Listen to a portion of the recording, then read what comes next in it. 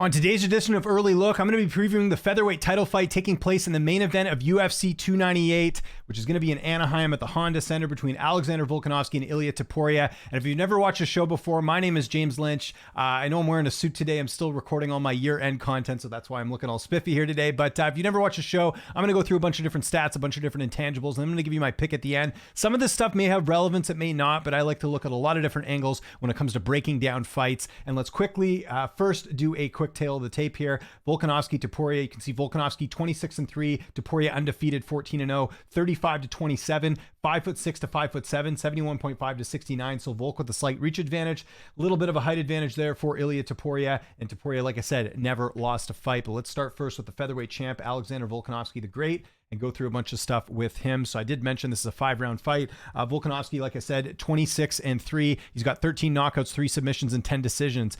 He's going to have a 1.5-inch reach advantage in this fight, but that's about it. Got a little bit more experience as well. He's had 5 successful title defenses in the featherweight division. He's a BJJ black belt under Joe Lopez. He trains at a City Kickboxing and Tiger Muay Thai and Freestyle Fighting Gym.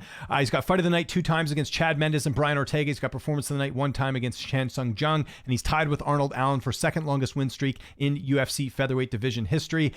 He had never had an amateur debut. Volkanovski went straight to the pros way back in May of 2012, made his UFC debut in November of 2016, which was a lightweight fight actually. And speaking of weight classes, Volkanovski's fought 6 times at 170, 5 times at 155, fought at a catchweight 1 time at 150, and he's fought 17 times at featherweight. This will be his 18th fight in the 145-pound division. Volkanovski is 13-2 in the UFC.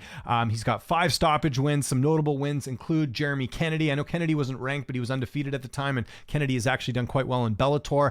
Chad Mendes, Jose Aldo, the former champ. He's got 3 wins over Max Holloway, the second one being the closest out of all of them. And then he's only got 2 losses, both to Islam Makhachev at lightweight. He's had a few layoffs in his career. Going from Max Holloway to Brian Ortega, there was a 441-day layoff. Going from Holloway to Islam, there was a 224-day layoff, and then a bit of a shorter turnaround here. So because a lot of people have been asking about that, Volk getting knocked out in his last fight, there's only a 119-day turnaround between his fight with Islam Makhachev, which was on short notice, and the fight with Ilia Topuria. So take that for what it is. If you guys are medical experts, you can sort of discuss this as much as you want, but only a 119-day layoff in between the Islam fight and this one. Volkanovski's been pretty healthy, no major injuries. He did have COVID, which delayed one of the Ortega fights back in March of 2021, but overall been pretty active. He's had a couple close fights. Let's start with the rematch with Max Holloway. The first fight I clearly thought he won. I know it says unanimous, but again, I still thought he won. The split decision here, if you go and look at the media scorecards and MMA decisions, that was at UFC 245 UFC 251. That was back in July of 2020. 9 media members scored the fight for Volkanovski. 18 media members scored the fight for Holloway. So a lot of people felt like that should have gone Holloway's way. Close fight though. Volk gets the nod in that one. And then the Islam Makhachev fight last year at UFC 284. If you go look at the the people who were obviously at MMA decisions who were scoring the fight, that was back in February of this year. 23 media members scored the fight for Islam, just 6 for Volkanovski. Again, it was close. I thought Islam won, but again, close fight nonetheless. Let's look at some stats here for Volkanovski. You can see pretty impressive, significant strikes landed per minute, 6.19. His striking accuracy is at 57%. His striking defense is at 58%. Doesn't get hit that much. He's got a takedown rate of 1.84, which is pretty good. His takedown accuracy, though, only 37%, but his takedown defense is at 70%. Not sure how many takedowns we'll see in this fight, but there you go. That's everything you need to know about Alexander the Great, the featherweight champion, as he looks to defend his title against Ilia Topuria. And let's talk about El Matador Ilia Topuria right now and get into all of his stuff. So I mentioned it there, 14-0. He has 4 knockouts, 7 submissions, and 2 decisions. He'll be 27 years old by the time this fight takes place. You can see he's 26, but he's turning 27 on the 21st of January. He is 5'7" with a 69-inch reach. So he'll be 8 years younger and have a little bit of a height advantage in this fight. He's currently ranked number 5 at featherweight. He's got a BJJ black belt. He's got Performance of the Night 2 times against Jai Herbert and Bryce Mitchell. He's got Fight of the Night 1 time against Josh Emmett. Like Volkanovski, did not have an amateur debut, went straight to the pros in April of 2015, made his UFC debut in October of 2020, which was against Yusuf Zalal. Close fight. That was a good one. He's 6-0 in the UFC. He's got 5 stoppage wins. Some notable wins include Ryan Hall, who at the time was only 8-1 and only lost 1 fight. We'll put Bryce Mitchell in there. Absolutely destroyed Bryce. Bryce's first official loss on his record. And then the Josh Emmett fight, big win there. Emmett coming off the interim title fight, he basically won all the rounds and dominated the fight. And considering what Emmett did in his last fight, pretty good win that has aged quite well.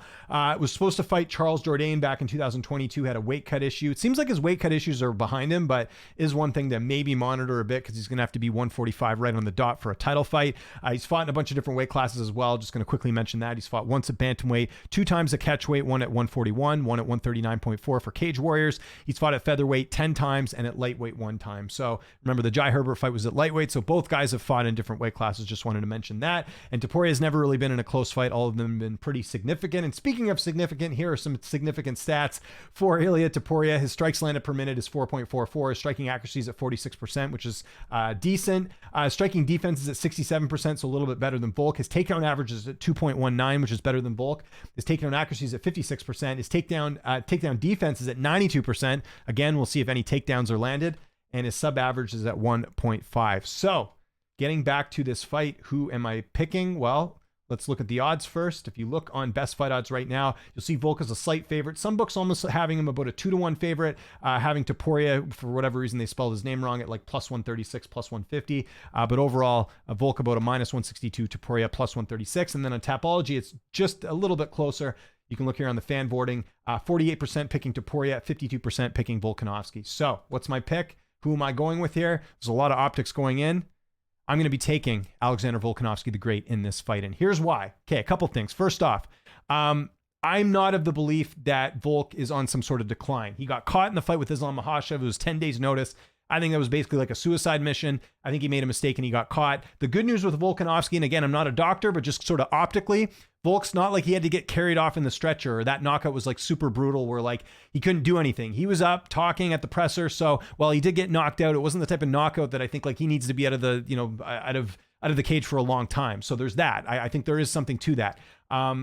I also think that Volk probably won't finish this fight. I think it's going to end up going to a decision. If you look at Volkanovski's opponents that typically are like a step up, other than maybe Yair Rodriguez, they typically do go the distance. All the Holloway fights went the distance. Aldo went the distance. I just don't see him. I mean, he could finish him, but I think more likely if you look at his percentages, 38% of his wins are by decision. His only other time is by 50% by knockout. Topuria did get rocked in the Jai Herbert fight, but I don't think Volkanovski's going to knock him out here. I think the safer bet here is by decision. Topuria, like I mentioned, has never lost, never been finished, 14-0, but Volk's fought far better opposition. The only good opponents that Topuria has fought are Bryce Mitchell and Josh Emmett. And Emmett, we saw get destroyed by Yair Rodriguez the fight before. Emmett's been kind of up and down. Mitchell, I think the verdict's out on him. He got knocked out by Emmett as well. Other than that, Jai Herbert, Ryan Hall, Damon Jackson, Yusuf Zalal, that's nowhere close to the resume of who Volkanovski's fought. Now, there's some bad with that as well, because Volkanovski's taken some damage in those fights. But still, Mendez, Aldo, 3 fights with Holloway, Ortega, we're going to skip Korean Zombie, 2 fights with Islam. Like that experience, you can't put a price on. This is a big step up for Ilia Topuria, I think, even going from Josh Emmett to Alexander Volkanovski. So Volk's fought the better competition. Topuria has also only fought 1 5-round fight. That was his last fight with Josh Emmett. No cardio issues there, but still, I think there's something to be said about going 5 rounds in a fight as well. And I think that's something that Volk has done many times. So I don't think it'll be much of an issue here for Volk fighting 5 rounds if it needs to go that way.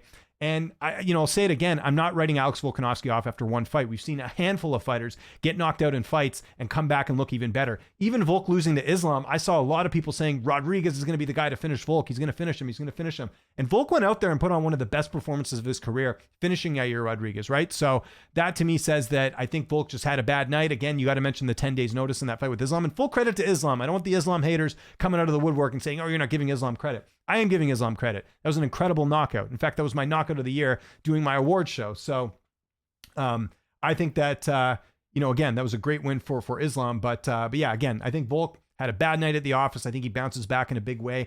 The only other concern with Volk is his age. He's 35 years old. But I mean, other than that last fight, he hasn't really looked like he's slowing down. And if you go the fight before that with Islam, the one that was in Australia, he looked pretty competitive in that one. And we're talking about Islam Makhachev, like the #1 lightweight in the world, maybe the pound for pound best in the UFC right now. I think I'm there for that argument. So I don't think Volk's going to slow down. I think this is a big gap here for Topuria to step up. Now, Topuria could step up and get it done possibly, but there's a little bit of an unknown with him. Volk's the more sure bet here. So I'm going Volk by decision. So I want to know what you guys think in the comment section below.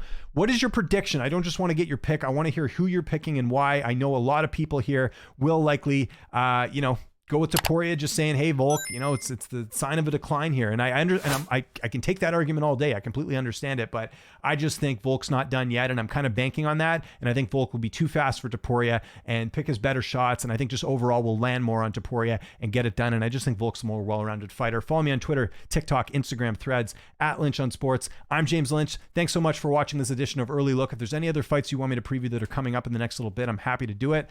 Yeah, appreciate it. I'll talk to you guys later.